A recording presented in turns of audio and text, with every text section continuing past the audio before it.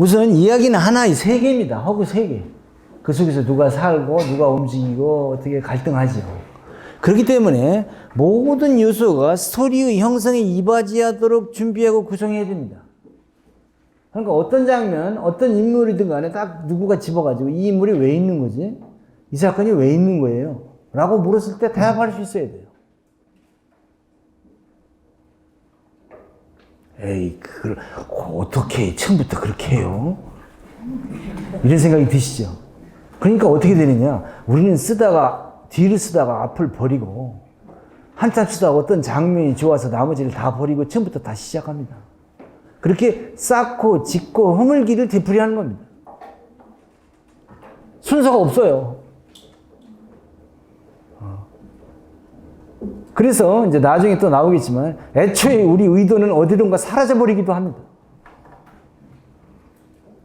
그렇게 될 때까지 가야 되는 거죠. 이야기는 감상자가 체험하는 대상입니다. 그러니까 마음속에 떠올려가지고 마음속의 모니터에다가 어떤 이미지, 상황, 느낌 이런 걸 떠올려가지고 맛봐야 돼요. 그러니까 감상자의 내면에서 벌어지는 활동을 줄곧 염두에 두면서 작업을 해야 돼요. 이 장면을 넣으면 뭘 기대할 것이다.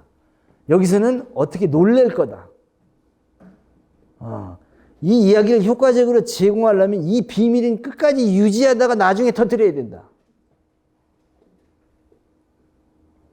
아까도 말씀드렸지만 자기 혼자 쓰고 자기 혼자 읽는 일기가 아니에요. 스토리텔링은. 그러니까 감상자에게 이게 어떤 정서가 그 아리스토텔레스에 따르면 점점 올라가서 절정으로 갔다가 클라이맥스에 갔다가 뚝 떨어져야 카타르시스가 일어난다는 건데, 프라이타이크의 삼각형에 대해서 여러분이 이론서에 보면 늘 나오죠. 발단, 전갱, 위기에서 올라갔다 내려온다. 올라갔다 내려오는 게 주인공이 산을 올라가는 게 아니죠. 그 과정에서 이 감상자의 정서가, 밀도가 점점 올라갔다가 이완돼서 맺혔다가 풀어진다는 얘기입니다. 그러니까 감상자의 정서와 사고와 기대가 어떤 식으로 맺히고 풀리고 상승되고 하강되도록 그걸 계속 생각하면서 작업해야 돼요. 이 과정에서 자기 초월이 이루어지죠. 내가 이야기를 하면서 상대방이 어떨 건가를 계속 염두에 두게 된다는 거죠. 그래서 아이들에게 이런 스토리텔링을 많이 시키면은 마음이 넓어져요. 이게 치료도 돼요. 악한을 묘사하기 위해서 자기가 악한 입장이 되거든요. 이 심리 치료할 때 자기가 가장 미워하는 사람의 행동을 묘사해보라고 했을 때 미워하는 사람의 내면에 가게 됩니다. 그는 그가 왜 나를 미워할까? 이게 치료가 되죠. 해탈이 어떤 자기 초월이 이루어지고 이거 굉장히 중요합니다. 그리고 이야기는 서술로서 어떤 매체를 가지고 스토리를 형성하는 것이기 때문에 무엇을 체험시킬 건가, 어떻게 체험시킬 건가 항상 치열하고 섬세하게 고민해야 돼요. 이게 실용적인 이야기 스토리텔링으로 바꾸면 이렇게 되는 거죠. 브랜드 이미지를 홍보하려고 하는데 광고 회사에서 그러면 브랜드 이미지가 부드러움이라면 그 부드러움을 느끼게 할 상황을 그 광고 화면이든 영상이든 페이지 안에 그려야죠. 브랜드 이미지가 깨끗하다. 그러면 깨끗한 이미지의 모델이 깨끗한 수영복을 입고 깨끗한 곳에 뛰어들어야 되겠죠. 화장품 회사가 되게 이렇게 하는데 이게 상황을 만들어야 돼. 이게 관광지 스토리텔링, 요새 뭐 이런 말이 굉장히 많은데 전 그게 무슨 말인지 잘 모르겠는데 어쨌든 이상해요. 스토리텔링이라는 말을 안 쓰면 요새 모든 게 안 되는 것처럼 하는데 사실 스토리텔링이라는 말이 우리나라에서 굉장히 고생을 하고 있어요. 남용이 되고 있고. 그 스토리텔링 안 해도 될 때도 스토리텔링하고 스토리텔링 방법을 쓰지 않으면서도 그걸 스토리텔링 한다고 하고 이러니까 이제 혼란이 일어나는 건데 어떤 관광지를 직접 가보게 하고 싶다면 스토리텔링 방법을 택해서 홍보를 해갖고 그 홍보 영상이든 홍보 말이든 홍보 책자 소개 어떤 상황이 그려져야 돼요. 사진으로든 그림으로든 영상으로든 그려지는데 그 상황을, 그 스토리를 다른 사람들이 볼 때 그 안에 있고 싶고 거기 있는 사람처럼 하고 싶게 만들면 되는 거죠. 키워드가 계속해서 뭡니까? 상황입니다. 오늘 드린 말씀 가운데 다 잊어버려도 괜찮아요.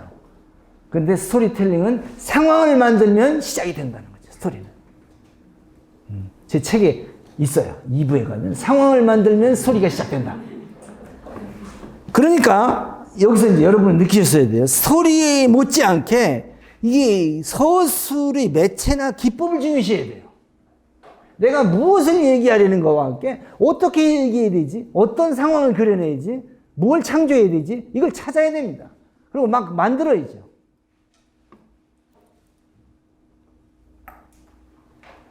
이 측면을 바꿔보겠습니다.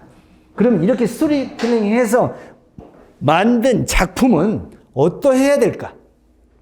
그런 작품을 잘 만들려면 우리는 어떤 자세를 지녀야 될까?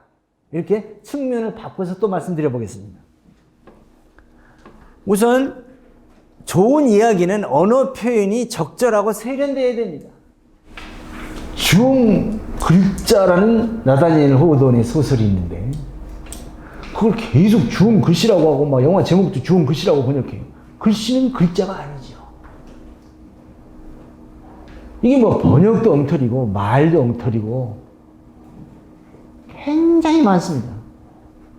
소설가가 맞춤법은 그만두고 언어 표현을 세련되게 하지 못한다면 소설이 성립하지 않죠.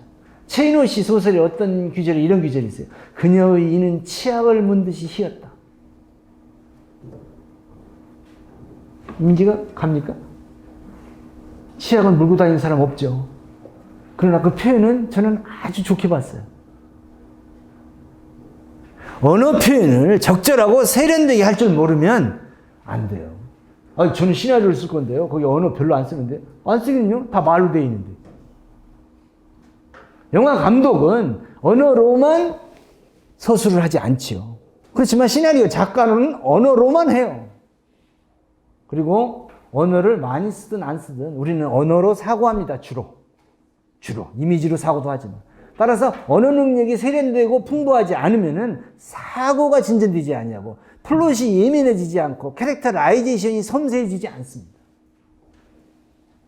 어떻게 하면 언어 능력을 기를까요? 무조건 엄청나게 많이 감상하고 지어야지. 안 된다, 지어지지 않는다, 베끼세요. 좋은 작품을 베끼십시오. 박완서 소설이 좋다, 베낍니다. 절대로 번역 소설은 베끼지 마세요. 법정 스님이 수필이 좋다, 베끼세요. 저는 일반 장문 공부하려는 학생들에게는 법정 스님 수필 베끼라고 그래요. 가장 무난하거든. 쉽고 짧고. 그러나 소설 쓰는 사람은 소설을 베끼는 게 좋죠. 좋은 소설을 베끼지 않습니까? 숨소리가 들려요. 작가가 이 말을 왜 했는가? 이 부분은 무너지네. 밀도가 떨어지네. 잠깐 화장실에 갔다 왔나 보다. 뭐 이런 느낌이 들 정도입니다. 갈래와 유형의 관습성을 익혀야 됩니다. 여기 수기는 어떻게 스토리텔링 해야 될까요? 이런 질문을 하시는데 일단 걸작 수기를 많이 읽어야 되겠죠. 그리고 수기나 전기 같은 비허구적 스토리텔링을 하는 책을 따로 공부해야 됩니다. 그 장르의 관습을 익혀야 됩니다. 그 무협 영화나 아이들 대상의 애니메이션 영화 같은 데 보면 무슨 마법을 쓰려면 꼭 마법 이름을 말하죠. 뭐 치권, 무슨 법 이러면서 쫙 행하잖아요. 얼마나 웃어요. 실제로 싸울 때 그러겠어요? 그렇죠? 무슨 법하고 도수를 쓰겠냐고요. 안 쓰죠? 관습이에요. 만화에서 그러죠. 우리가 일상생활에서 아시라는 말을 씁니까? 나 실제로 아시라는 말을 쓰는 젊은이를 봤는데 만화 너무 많이 봐서 그래요. 만화에서 누가 긴장하면 땀방울이 여기 흐르죠. 여기 두 개가. 그걸 영화에서 그렇게 연출한다고 보세요. 얼마나 웃기겠어요. 땀방울 흐르는 걸 어떻게 그 클로즈업 해가지고 우습죠. 그건 만화의 관습이에요. 그러니까 그 장르마다의 관습이 있어요. 그 장르마다의 문법이 있고 그것을 따로 익히고 창조해야 됩니다. 지금 이 이야기 갈래에서 쓰려는 갈래를 명확히 알고 쓰라고 하셨는데 이게 갈래가 섞일 수도 있다고 보는데 어떻게 보세요?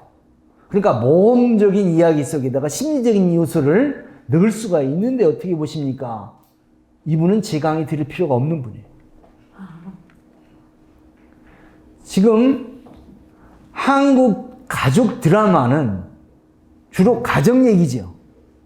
여기다가 사회 정치적인 얘기를 끌어들인 드라마가 있으니 모래시계죠. 10여 년 전에. 그렇죠? 요새는 뭘 또 다른 걸 끌어들였더군요. 뭐 드라큘라도 끌어들이고 뭐도 끌어들이는데 장르를 섞으면 거기서 혁신이 시작됩니다. 그런데 저는 그 말을 뒤에다 썼어요. 왜? 일단 익혀야 혁신하지요. 섞죠. 그러니까 함부로 초심자라면 섞으려고 들지 마세요. 일단 자기가 쓰려는 형태의 양식을 잘 익히세요. 그런 다음에 섞으라는 거죠. 그러면 거기서 혁신이 나옵니다. 아주 심리주의적인 TV 드라마, 가족 드라마 어떻게 생각하세요? 아버지가 이 자식을 공부시킬까 말까, 대학을 보낼까 말까를 매우 고민하는 가족 드라마. 어떻게 생각하세요? 채널을 돌리겠죠. 그렇죠? 그런데 채널을 안 돌리면서 그 이야기를 끝까지 보도록 만들면 그게 획기적인 가족 드라마입니다. 획기적이라는 게 뭐예요? 기를 제1기, 2기, 제3기로 나누게 만드는 작품이라는 거죠. 모든 좋은 작품은 모든 스타일과 장르의 창조자예요.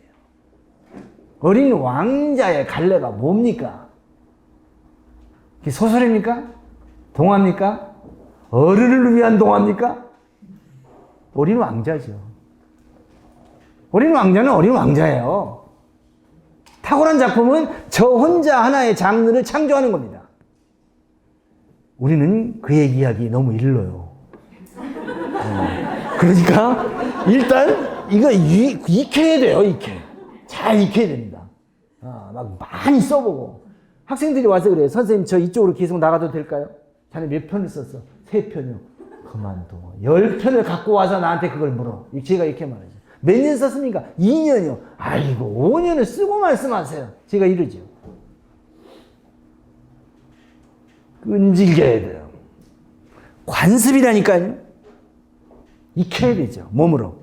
그리고 그것이 모든 게 그럴듯해야 돼요. 이 그럴듯하려면 그 관습에 맞아야 되기도 하지만 인과성과 연속성과 통일성이 있어야 돼요.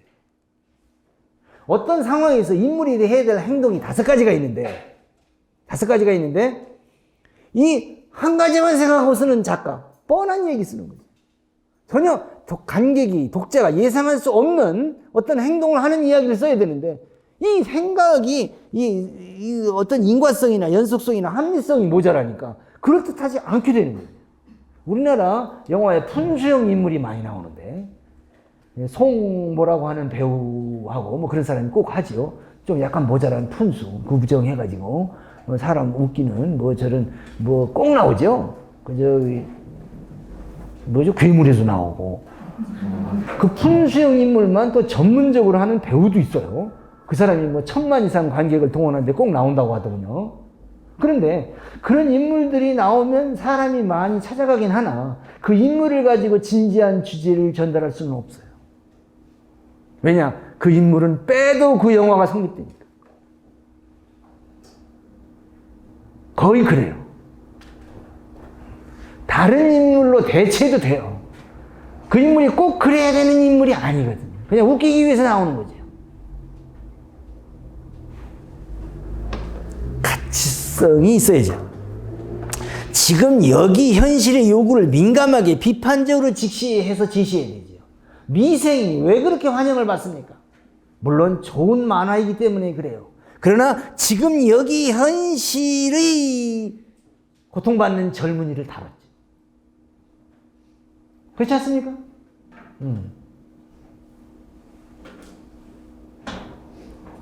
우리나라에 몇 프로밖에 되지 않는 그 고급 소파를 놓은 응접실 얘기를 계속해서 짓지도 않고 다루는 한국의 TV 드라마. 지금 여기의 요구를 민감하게 비판적으로 제시하지 않아요. 그런 배경을 보여주면서도 현실을 비판적으로 제시하기 때문에 어떤 분이 TV 드라마가 늘 인기를 끄는 것입니다. 냉정하게, 비판적으로. 그래서 새로운 캐릭터를 끌어내죠. 새로운 화제를 집어넣어요. 감수성을 섬세하게 고루 발달시켜서 균형 감각을 지녀야 돼요. 어떤 인물을 동정해야 되는데 작가가 그 인물을 동정하지 않는다? 균형 감각이 없는 거죠. 겨울 왕국이라는 영화의 주인공은 언니일까요? 동생일까요?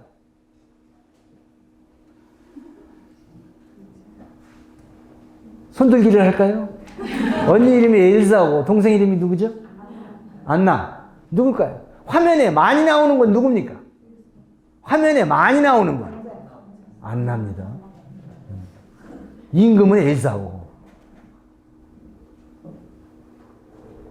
지금 그 얘기를 안나의 초점을 두고 보느냐, 엘사의 초점을 두고 보느냐에 따라 다른데, 왕일 수밖에 없는 주제와 왕을 만들어줘야 되는 존재의 입장이 다른데, 그 양쪽의 어떤 균형을 교묘하게 유지하면서 그들 나름의 어떤 진지한 삶을 그럴듯하게 만들기 때문에 우리가 그 이야기를 가치 있는 이야기라고, 그럴듯한 이야기라고, 재밌다고, 감동적이라고 받아들이는 거죠.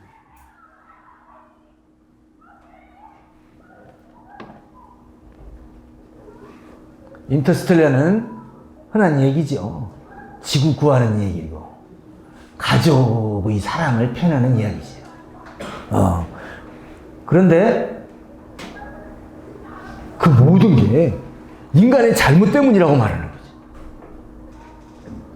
그렇죠? 식량이 없어지고, 그렇죠? 먹고 살 데가 없어지고, 막 그래서 우주로 나가는 거 아닙니까? 그 밑바닥에는 마지막까지도 어떤 비법을, 사람들을 식량난에서 구해줄 뭐를 발견했다고 하는데 그게 구체적인지 말해주지도 않아요. 왜?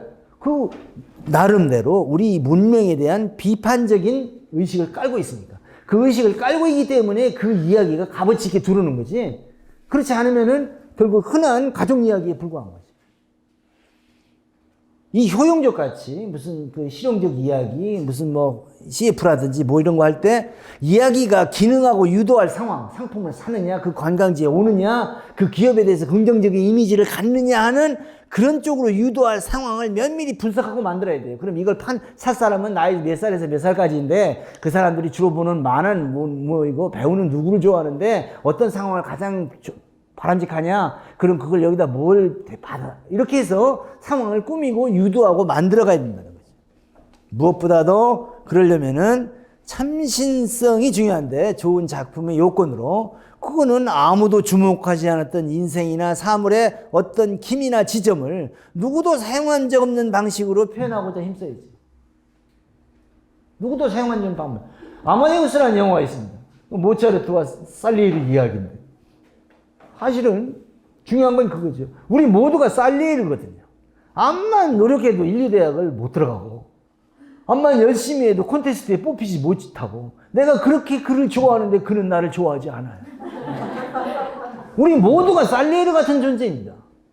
그래서 살리에르가 앞에 나와서 이야기 시작해요. 그 영화를 보면. 모차르트는 부수적인 인물이에요. 그게 모차르트 주인공인 것처럼 보이지만 사실 우리 모두 살리에르가 우리입니다. 우리 모두 왜 나는 이렇게 노력하는데 좋은 이야기를 못 쓰나? 왜 이렇게 압박과 소름에서 살아야 되는가 하는 존재지요. 그런데 그 존재의 고민이 아마데우스의 제재라는 것입니다. 참신한 이야기거리는 우리 안에 있어요. 우리 옆에 있고 우리의 고민 속에 있습니다.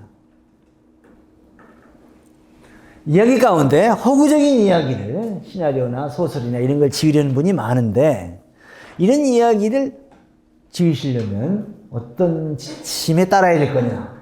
그거는 이제까지 얘기 속에서 나와 있습니다. 그것을 정리해 보겠습니다. 이야기 자체를 완성해서 작품으로 보여줘야 돼요. 끝내야 돼요. 설명이 필요 없어요. 그냥 거기 나온 영상, 거기 쓰여져 있는 말을 전부 가지고 읽으면 우리가 느껴서 저절로 알게 만들어야 돼요. 무슨 설명이 필요하면 안 돼요. 자네 무슨 얘기인지 모르겠는데 제가 학생 얘기하면 있잖아요. 저 이거 실화예요. 아니 실화가 뭐가 중요해. 이게 수기가 아니잖아. 수기는 아니죠. 전기도 아니지요. 그럼 이게 지금 소설이지. 네. 근데 무슨 얘기인지 모르겠다니까. 실화냐 아니냐는 나한테 아무도 중요하지 않아. 그런데 자네가 뭘 얘기하려는지가 이 속에서 그려져 있지 않아. 그런데 자네 이거 그리려던 것이지. 이렇게 물으면 네 그래요. 어떻게 아셨어요? 제가 잘 썼네요. 그러니까 선생님이 아셨죠. 이렇게 뻔뻔스럽게 제게 얘기합니다. 그때 제가 말하죠. 이 사람아, 나는 지도를 하려고 그걸 깊이 생각해서 한 거야. 깊이 생각해주지 않아, 감상자는. 주체성 있고 예민한 주제의식을 지녀야 돼요. 이게 무슨 말이냐? 이 세상에 순수하거나 순객관적인 이야기는 없어요. 그거는 거짓말입니다. 우리는 어떤 입장에 있어서 어떤 가치관을 가지고 어떤 각도에서 말해요. 그러므로 아예 처음부터 자기 마음대로, 자기가 생각하는 대로, 자기가 표현하려는 것을 그냥 밀고 가야 돼요. 그냥 이렇게 쓰면은 사람들이 좋아할 것이다. 또는 이것이 상식이니까 나는 여기에 따라야 된다. 아닙니다. 무슨 이야기든지 자기가 아름답고 좋고 감동적이라고 생각하면 그걸 그냥 밀고 가면서 거기다가 자기의 주제의식이나 자기의 생각을 넣으면 되는 거예요. 절대로 밖에서 어떤 기준이 있고 그 모델에 따르면 된다고 생각하지 마세요. 그 다음 상상력을 길러야 돼요. 이 이미지네이션은 상상 활동이고 이미지너티브 파워인데 이것은 상상력이란 뭐냐? 연결하고 구성하여 새로운 것을 만들어내며 그로써 기존의 것을 쇄신하고 초월하는 정신적인 힘입니다. 오늘 4월 1일인데 4월은 잔인한 달이라는 말이 유명하죠. 이게 엘리어트의 황무지에 나오는 첫 귀절이에요. 그런데 전쟁, 2차 대전 이런 대전쟁 때문에 인간은 인간에 대해서 너무나 절망했는데 다시 봄이 와서 꽃이 피어나고 잎이 피어나니 잔인하다.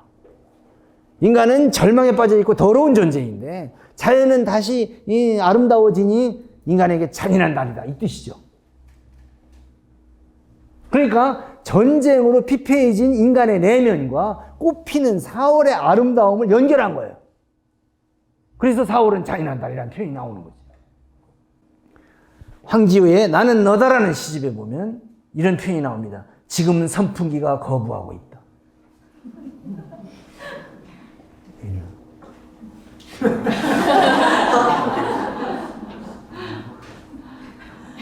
전달이 되었습니까?